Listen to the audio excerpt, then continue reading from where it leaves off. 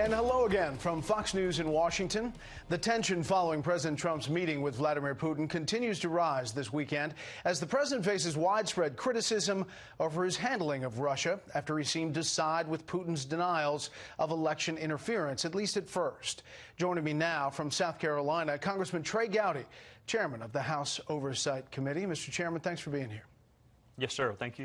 You know, after the president's meeting with Vladimir Putin in that much-analyzed press conference in Helsinki, your colleague, Republican colleague from Texas, Congressman Will Hurd, a former CIA officer, wrote an op-ed for the New York Times, and it was entitled, "Trump is being manipulated by Putin. What should we do?" And in it, the Texas Republican writes, quote, "Over the course of my career as an undercover officer in the CIA, I saw Russian intelligence manipulate many people. I never thought I would see the day when an American president would be one of them." So do you agree with Congressman Hurd? Is the president being manipulated by Vladimir Putin? Well, Will has a background as a CIA officer. I defer to him on manipulation. I can tell you this, Brett. The president has access to every bit of evidence, even more than those of us on House Intel, and Will and I serve on Intel. He has access to Pompeo and Chris Wray and Dan Coates and Nikki Haley. The evidence is overwhelming. It can be proven beyond any evidentiary burden that Russia is not our friend and they tried to attack us in 2016. So the president either needs to rely on the people that he has chosen to advise him, or those advisors need to reevaluate whether or not they can serve in this administration. But the disconnect cannot continue. The evidence is overwhelming, and the president needs to say that and act like it. So he eventually said it through the week, Congressman, but what do you think was the evolution there? Why the hesitation? I don't know.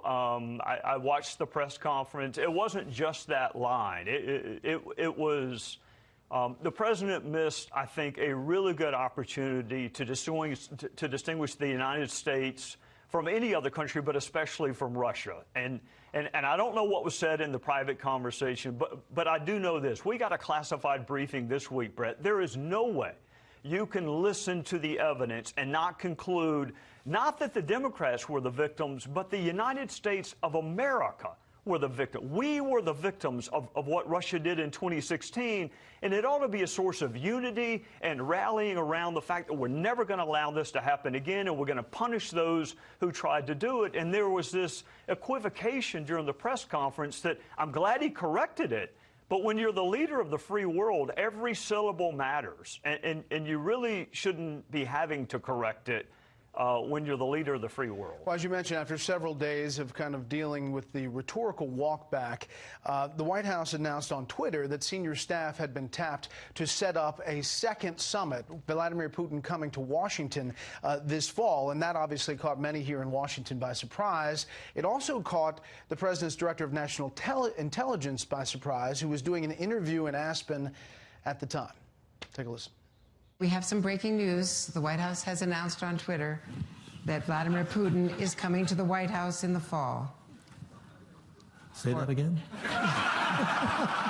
Okay. Yeah. That's going to be special.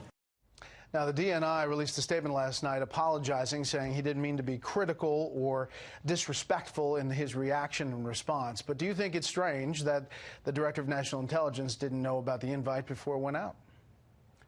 I do think it's strange. I also think this, Brett. I think that the United States of America sometimes has to meet with people that we don't have anything in common with. I think our president has to meet with the leader of North Korea. We have to meet with a leader from Iran, but it's very different to issue an invitation.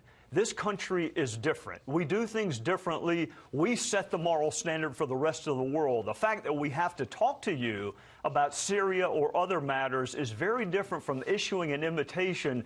Those should be reserved for, I think, our allies like Great Britain and Canada and Australia and those who are with us day in and day out. I think we should be very judicious in who we invite and place that imprimatur of acceptance on. So I would hope the president would keep that in mind if we're issuing invitations to foreign leaders. I want to turn to the investigation. Overnight, responding to Freedom of Information requests, the Department of Justice released a heavily redacted FISA court request by the FBI asking for permission to surveil or listen into Carter Page. Fairly low-level figure in the Trump campaign orbit, but one the FBI suspected, according to these documents, of colluding with Russian agents and maybe being one. I know you read this months ago, but it's the first time one of these kind of documents is out in the public domain, even heavily redacted. What is your take on this? My take is that Carter Page is more like Inspector Gadget than he is Jason Bourne or James Bond.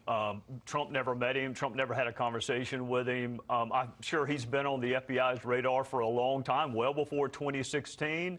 Here's what we'll never know, Brett. We'll never know whether or not the FBI had enough without the dossier, the unvetted DNC-funded dossier, because they included it. And everyone who reads this FISA application sees the amount of reliance they placed on this product funded by Hillary Clinton's campaign and the DNC. So that's point number one, is the dossier and its use.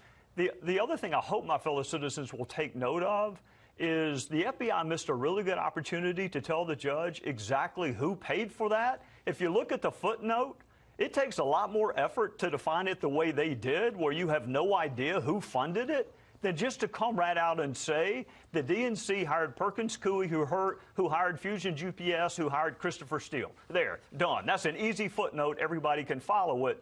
But for whatever reason, the FBI decided not to represent that to a court.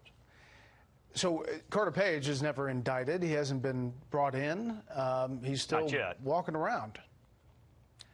Yeah, and that, I mean, look, this is an investigation. All investigations don't lead to indictments. There have been 24 indictments in this case, but Carter Page is not one of them. I have a different standard between investigating something and someone. And keep in mind, counterintelligence investigations are never designed to become public. So you and I were not supposed to be having a conversation about Carter Page on national television. This case is different. He has not been indicted. He's presumed innocent. He'll be presumed innocent even if he is indicted. I don't have an issue with looking into people that have cozy relationships with Russia. That's fine. That's what law enforcement's supposed to do. I do have an issue when you rely on political opposition research that is unvetted and you represent that to a court and use it to spy on an American. You have seen this document long ago, but are there documents that you know exist that you have yet to see?